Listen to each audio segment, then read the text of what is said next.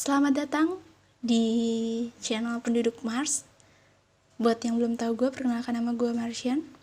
Kali ini di hari Senin ini dan Senin-Senin seterusnya, gue bakal nemenin lo semua yang mungkin dari tadi pagi udah hektik sama kegiatan online atau kerjaan atau emang lagi bete aja di Citra Loka.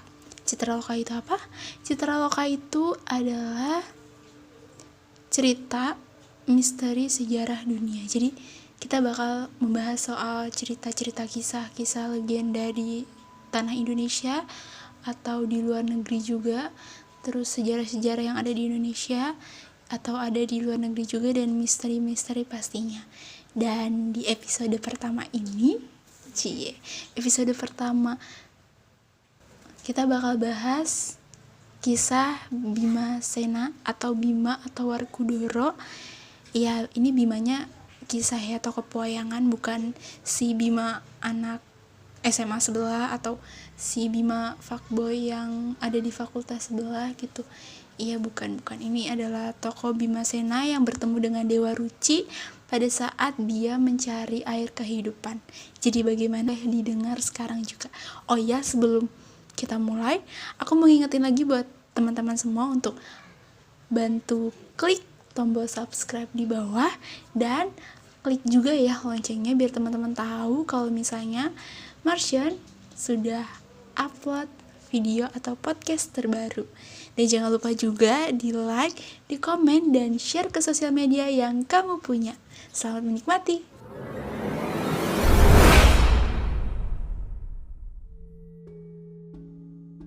Sebelum kita ke cerita intinya, baiknya kita mengetahui dulu nih, siapa sih tokoh Bima itu?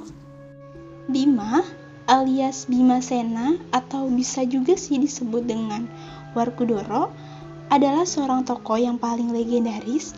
Ia merupakan putra Kunti dengan Batara Bayu dan dikenal sebagai tokoh Pandawa yang kuat, selalu kasar dan menakutkan bagi setiap musuhnya. Walaupun sebenarnya ia berhati lembut kepada sesama. Di antara Pandawa, dia berada di urutan kedua dari 5 bersaudara. Bima mempunyai satu sikap, yaitu tidak suka basa-basi, tak pernah bersikap mendua, serta tidak pernah menjilat ludahnya sendiri. Memiliki sifat gagah berani, teguh, kuat, tabah, patuh dan jujur, serta menganggap semua orang sama derajatnya, sehingga dia digambarkan tidak pernah menggunakan bahasa halus atau krama inggil, ataupun duduk bersila di depan lawan bicaranya. Karena itulah, dari seluruh Pandawa, Bima yang paling dibenci dan ditakuti oleh para Kurawa. Buat yang belum tahu Kurawa siapa, Kurawa adalah 100 bersaudara dari hasil keturunan dari Raja Destrarasta dan Ratu Gandhari. Singkat cerita, Bima dan seluruh anggota Pandawa termasuk juga Kurawa merupakan murid-murid Resi Durna untuk memberikan wasiat kepada Bima untuk mencari air kehidupan atau Tirta Prawita untuk mencapai kesempurnaan hidup. Sebetulnya sih ya, wasiat itu hanyalah topeng agar Bima tidak ikut serta pada perang Baratayuda.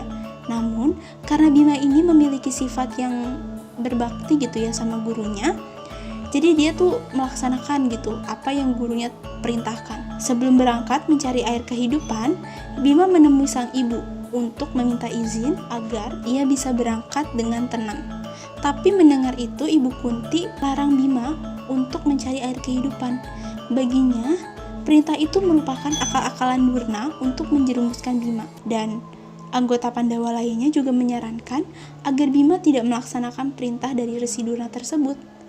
Tapi karena Bima ini orangnya patuh gitu ya sama guru, ia tetap teguh dengan pendiriannya dan dirinya berkeyakinan jika memang Durna menjerumuskan dirinya, ya udah biarin aja Durna yang menanggung karmanya. Karena Bima tetap melanjutkan perjalanannya, ia pun pamit dengan santun kepada ibunya. Dengan petunjuk dari Durna, Bima melakukan perjalanan ke hutan Tibaksara di lereng gunung Reksamuka.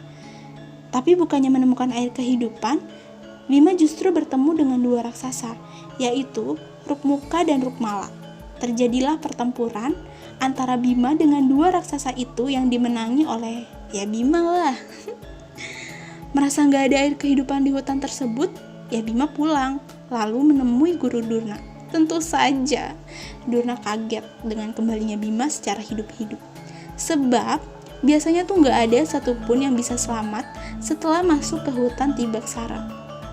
Lalu Durna kemudian memerintahkan kepada Bima untuk menyelam ke samudra. Mendengar Bima akan menyebur ke samudra, Ibu Kunti dan anggota Pandawa lainnya kembali menghalangi niat Bima. Namun, karena Bima ini orangnya mantap gitu ya sama pendiriannya, Bima tetap melanjutkan mencari air kehidupan. Di dalam samudra itu, ia harus menghadapi naga besar yang bernama Nawat Nawa yang menyemburkan hujan berbisa.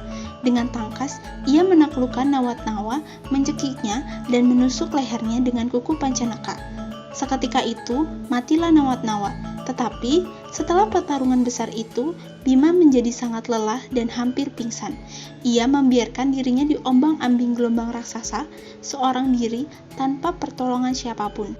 Dengan suatu kejadian yang luar biasa, Bima bertemu dengan Dewa Ruci, yang memancarkan sinar cemerlang dan muncul tanpa sangkaparna. Alangkah kagetnya Bima melihat seorang manusia yang sangat kecil namun sangat mirip dengan dirinya. Manusia itu berkata, "Aku ini Dewa Ruci yang disebut dengan Nawaruci. Aku datang untuk menolongmu Bimasena. Wahai kesatria perkasa, masuklah ke dalam telingaku. Di dalam diriku, engkau akan menemukan apa yang kau cari." Bima heran sekali mendengar perintah manusia mungil itu. Bagaimana mungkin tubuhnya yang besar bisa masuk ke dalam tubuhnya yang kecil? Bima berpikir terheran-heran dan ragu. Lalu Dewa Ruci berkata, "Ketahuilah, selama ini engkau hanya setia pada ucapan, mengabdi pada gema, yaitu bentuk segala kepalsuan." Lalu Dewa Ruci melanjutkan, "Siapakah yang lebih besar, wahai putra Pandu? Engkau atau alam semesta yang ada di dalam tubuhku? Aku adalah jagat besar, dan engkau adalah jagat kecil yang ada di dalam aku." Bima yang semulanya ragu apakah dia akan bisa masuk ke dalam lubang telinga Dewa Ruci, menjadi mantap setelah mendengarnya. Tanpa ragu, ia melaksanakan perintah manusia mungil itu. Begitu masuk ke telinganya Dewa Ruci, Bima merasa seakan-akan tuh berada di dalam alam kosong gitu. Jadi nggak ada apa-apa. Lalu dia sadar bahwa Dewa Ruci yang gaib dan agung itu ikut lenyap dari mata batinnya. Taulah Bima bahwa dia telah menemukan apa yang harus dicari, yaitu Tirta Prawidi, air suci atau air kehidupan, perlambangan hakikat dirinya dan hakikat alam semesta. Bukan hal umum pula, di sebuah tradisi kalangan pesantren tradisional, para santri ini mempunyai sifat seperti Bima, yaitu nurut sama kiai-kiainya. Mereka nggak pernah membantah apa yang diucapkan oleh kiainya, selalu melaksanakan apa yang diperintahkan kiai. Berbanding terbalik kan kalau misalnya dilihat sama kebanyakan murid-murid zaman sekarang yang lebih sering membantah dan merasa lebih pandai dari gurunya. Satu hal yang harus ditanamkan, terkadang kita tuh ngerasa lebih pandai daripada guru yang sudah puluhan tahun menimba ilmu. Padahal tentu saja makom dan tingkatan pemahaman kita yang masih muda belum bisa memaknai apa yang diucapkan oleh guru-guru kita. Kayak misalnya kisah Nabi Musa yang berguru pada Nabi Khidir, di mana sang murid banyak bertanya pada guru. Ya dia tuh kayak banyak bertanya dan membantah sama Nabi Khidir dan gurunya. Tapi karena Nabi Musa mengerti lama-lama ya, dan akhirnya dia bisa mengambil hikmah dari Nabi Khidir. Terakhir, tentu saja kisah Bima ini harus sering ditanamkan pada murid-murid agar jangan banyak membantah dan ngeyel jika mengguru. Dan sebagai penutupnya, semoga kita tetap bisa melestarikan wayang yang merupakan warisan budaya. Jika bukan kita, bangsa Indonesia yang menjaga dan merawatnya, siapa lagi?